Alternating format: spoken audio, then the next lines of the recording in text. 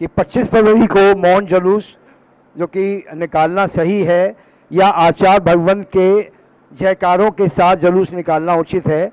मौन जुलूस निकालें या जयकारों के साथ निकालें, इसके बारे में उनकी बहुत अच्छा स्मरण दिला दिया। सारे भारत के लोग सुने, जो नहीं सुन पाए उनको सुना दिया जाए। कल एक सामूहिक रूप में विश्व वंदनीय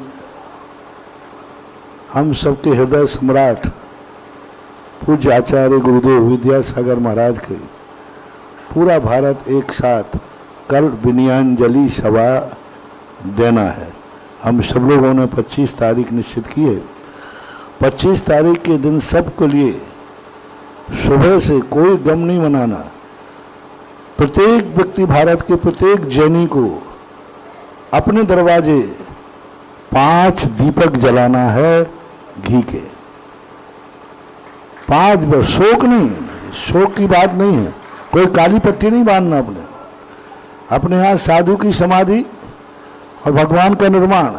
अपन तो रोते इसलिए हैं कि अपने ऊपर जो उनका उपकार हुआ है, उनके उपकारों को अपन अब कैसे प्राप्त करेंगे। जो खेद आ रहा है अपन को, मुझे भी आया। किस लिए आया? इसलिए कि उनकी समाधि हो गई? नहीं नहीं नहीं, इसलिए आया कि हमारे ऊपर जो उपकार हो रहा था अब वो उपकार नहीं हो पाएगा।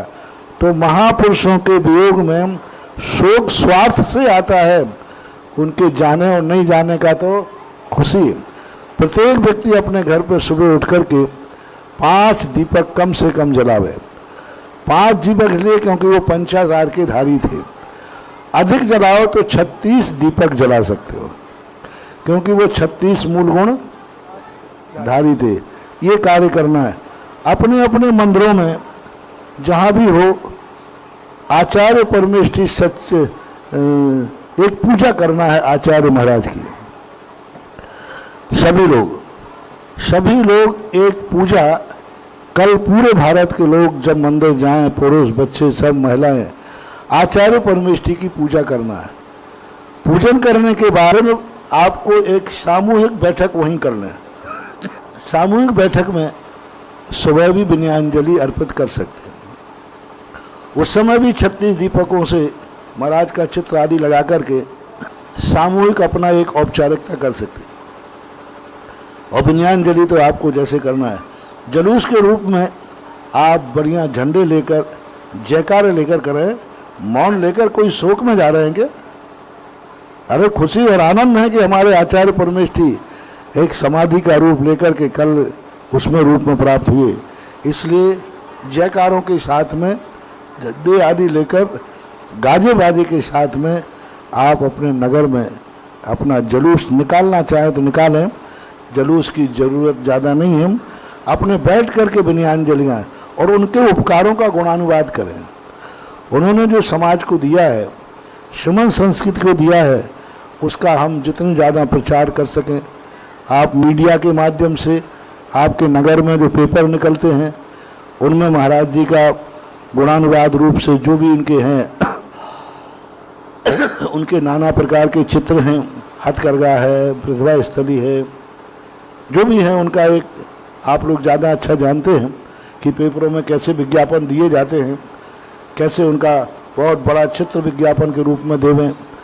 पूरे पेपर में महाराज का फोटो आया अच्छा, बहुत अच्छा, जिससे सारी दुनिया जान सके कि जैनियों के सम्राट दिगंबर जैन मुनि किस रूप में थे और उनका समाधि हुआ।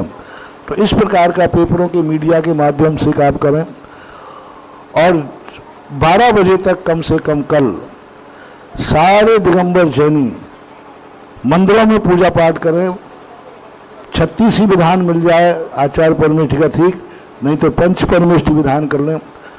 और सभी लोग 12 बजे तक यदि प्रतिष्ठान बंद रखें और उतना समय मंदिर में गुरु की विनयाञ्जलि में निकालें तो सबसे बड़ी विनयाञ्जलि होगी।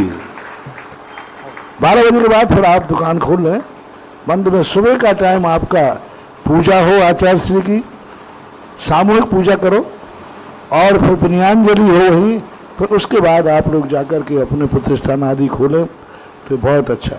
कुचित कदाचित यदि आपको सुबह ऐसी स्थिति न बन पाए तो दोपहर में 2 बजे के बाद जो भी आपका समय निश्चित हो, उस समय भी आप अपने चौराहों पर, सड़कों पर, सार्वजनिक स्थलों पर, वहाँ पर विनयाञ्जलि सभा रख सकते हैं जहाँ आपको सुविधा मिल जाए। तीसरे नंबर पर यदि दिन में किसी कारण से कोई स्थान का अभाव हो तो रात्रिकालीन में चौराहों के ऊपर किसी प्रशासनिक अधिकारियों को बुला करके, कोई प्रशासनिक अधिकारियों को बुला करके, विधायक, सांसद, नेता, कलेक्टर, कमिश्नर, उनको उसकी मुख्य अतिथि में आप एक सभा रात में भी रख सकते हैं। ये विनयाञ्जलि कल 25 तारीख का पूरे दिन भर का हमने बता दिया। अब आपकी जैसी सुविधा पड़े वैसी करें और बहुत अच्छी तरह बनाएं। और कल दीपक जब जलाओ, हर व्यक्ति अपने घर के सामने आचार परमेष्ठी को ध्यान करते हुए कोई रंगोली डाले, अति उत्तम है।